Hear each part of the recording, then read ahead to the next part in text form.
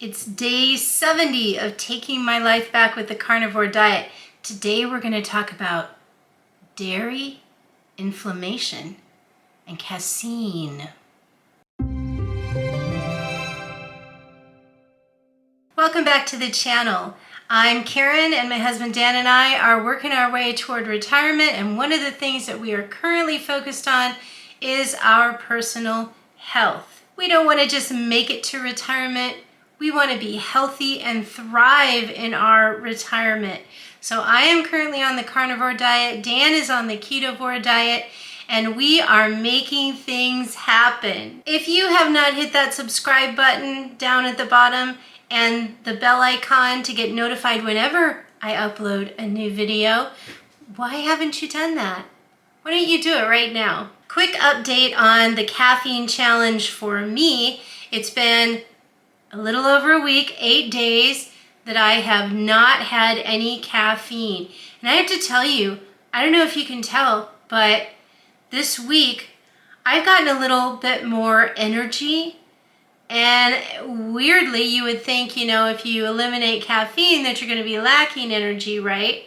But that's really the only thing that I've changed since last week is the fact that I'm not having caffeine. I'm having decaf coffee in the morning. How are you doing on the caffeine challenge? Are you seeing the same thing? Are you getting a little bit more energy maybe? Let me know down in the comments. The other thing I want to share with you right before we get into casein and all of this about dairy, I have to share with you something that I purchased. So on the carnivore diet, you are cooking all kinds of meat, you're cooking all kinds of fats, things splatter and explode everywhere, right? Well, I had these wimpy little grease screens that I was putting over the pan. Grease was still getting everywhere, all over my stove, all over the counter, all over the back of the stove. Just a crazy amount of grease on this diet. But this last week, I got in these splatter guards for pans. There are 3 sizes. This is the smallest one, and I'm going to link to it in the description because these are super fine mesh, double layered, okay? And take a look at how it was working. I literally got no splashes. Last night I cooked steak in bacon grease. Didn't get any splashes on my stove. Tonight I cooked taco meat. Again, no splashes on the stove. I'm really excited about this product, and I'm going to link to it down in the bottom because I know that if you are eating this way too, you probably have the same issue with grease everywhere. Now let's talk about dairy and inflammation. I have found out some things this week about dairy and inflammation that I want to share with you. And in order to do that, we need to take a look at our lymphatic system in our body. Your lymphatic system is what removes foreign things like bacteria, viruses, damaged cells, any kind of waste material from your tissues and your organs. It goes into your lymphatic system, and all of that together is called lymph. The fluid is called lymph.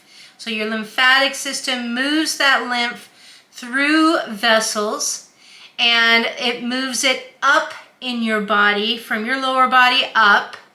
And so everything is going up into your collarbone area. So under your collarbone, you have these veins that all this lymph system dumps all this stuff into these veins right here under your collarbone. Then they merge and they end up in basically it ends up in your bloodstream.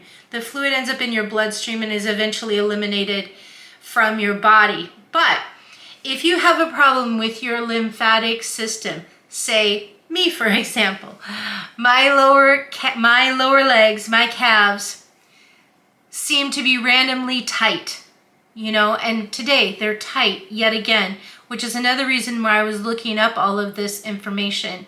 But if you have a problem with your lymphatic system and it's not draining properly, then you get the inflammation, and it can cause inflammation like in your lower legs. Okay, so how does all this relate to dairy?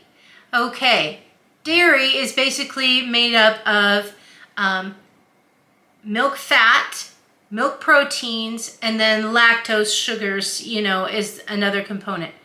So you have those three things that make up most dairy products.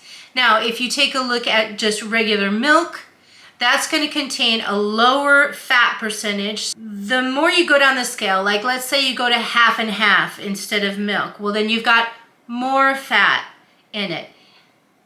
Heavy whipping cream, more fat, less proteins, okay? The protein from the dairy products, which 80% of the protein from the dairy products is a protein called casein.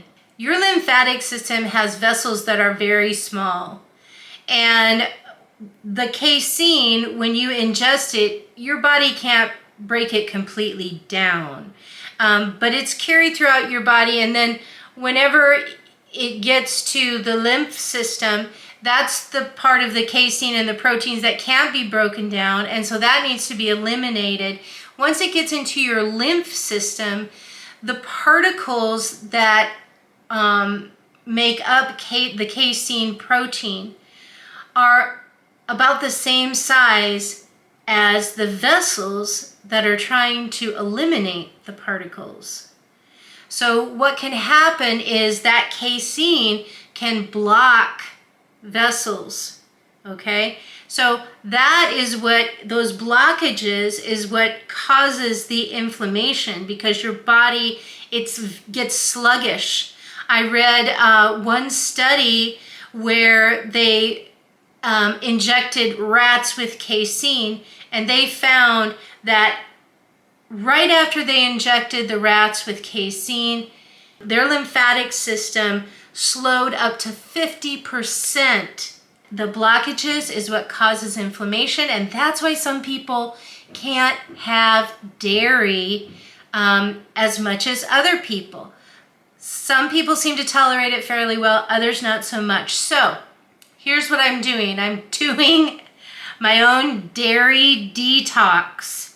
So for the next 7 days, I am not having any dairy, and that includes butter, because butter is also it may be like 70% fat, but the rest of it is still those proteins. The only thing I'm really going to eat is ghee. Ghee is 100% milk fat. So I'm going to add some ghee to my coffee in the morning and use that as like my extra fat instead of using butter. I'm going to do that for 1 week. Then I'm going to see if my inflammation is way down. If my inflammation is way down in my legs, then I know that I am one of those people that can't tolerate the dairy. But I really wanted to know what is going on in my body with dairy if I do have a problem. What exactly is it affecting?